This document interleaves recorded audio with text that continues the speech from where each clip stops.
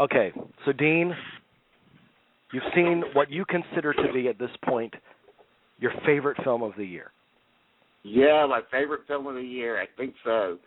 It's called Computer Chess, and it's by Andrew Wojcicki, who did Funny Ha Ha and Mutual Appreciation. I think he did Beeswax as well. He did Beeswax, too. I met him. He's a nice guy. He's a mumblecore, I guess, famous for being one of the progenitors of that. But, I don't think that this is in that mumblecore frame because it doesn't feel improvised. It feels fully fleshed out and written. Right.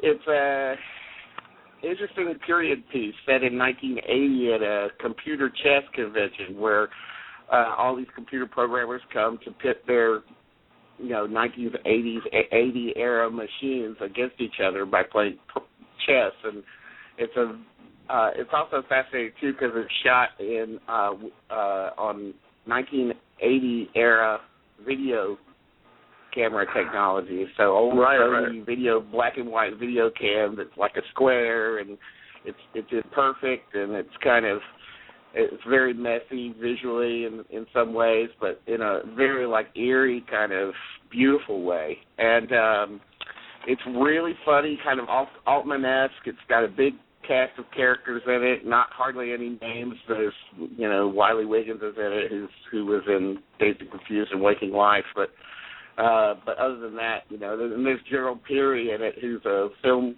writer, a film critic, and he plays the MC of the convention, who's kind of commanding the Sony cameras, kind of directing the Sony cameras in a very humorous way, and they're recording the event, and it's really a really kind of sideways, kind of sweet little movie about how these nerds that now kind of control the universe had difficulty making their way to that thing, and also having that goal, and also having trouble dealing with the real world, with real people and so forth, and probably still do, because they live in sort of a cloistered world where they deal with technology most of the time.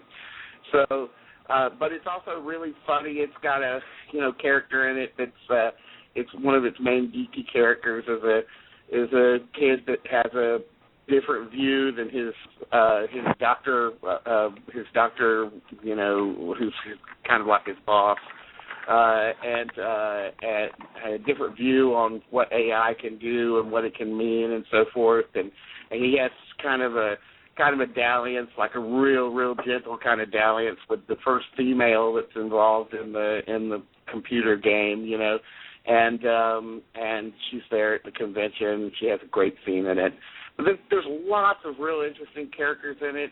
It has a surrealistic element in it that comes up in the last half of it that maybe some people might not get or understand. And I would say that it's really just a sort of a playful kind of.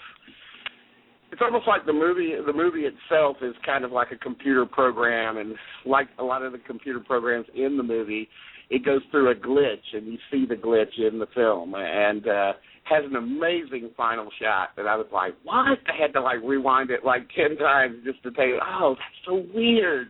But I just loved it. I thought it was extremely funny and beautiful and just strange and different, and it just hit all those marks that I really like. I would put Gravity right now at my number 2 spot, but I think I still have to stick by Computer Chess now because it needs some support, and it just came on demand, so I really urge everybody to go and take a look at it, and I think you'll find some worth in it. It's a really odd movie. I mean, it's an odd movie in that there's nothing like that out there. Right now. Well, it is an Andrew Wojcicki film, and those are always, odd movies. So. And these are about the guys that inherited the Earth, essentially, years after this movie takes place. I mean, right, of course, they ended up ruling the world. Yeah. Yeah, it's true. I mean, that's one of its most fascinating aspects. But I do want to underline, too, that I think it's really funny.